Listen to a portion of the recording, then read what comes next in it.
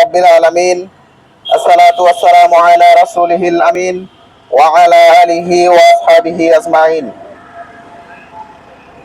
কেন্দ্রীয় কর্মসূচির অংশ হিসেবে আজকের 5 দফার দাবিতে বাংলাদেশ জামায়াত ইসলামী কর্তৃক আয়োজিত মানববন্ধনে উপস্থিত সম্মানিত দায়িত্বশীল বৃন্দ, সম্মানিত দেশবাসী, আসসালামু আলাইকুম ওয়া রাহমাতুল্লাহি ওয়া বারাকাতুহু।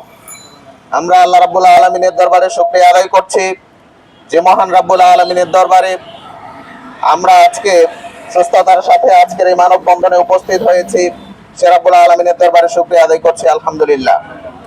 সম্মানিত উপস্থিতি, সম্মানিত দেশবাসী, আপনারা জানেন বাংলাদেশে বিগত 17 বছর আওয়ামী লীগ ফ্যাসিস্ট সরকার এদেশের মানুষকে শোষণ করেছে।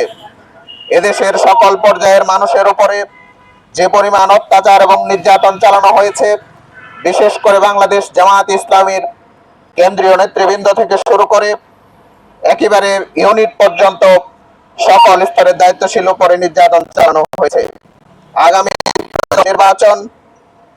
আগামী ত্রয়োদশ নির্বাচন পিআর পদ্ধতিতে পিআর বায়ানের লক্ষ্যে এবং সুষ্ঠু প্লেইং ফিল্ড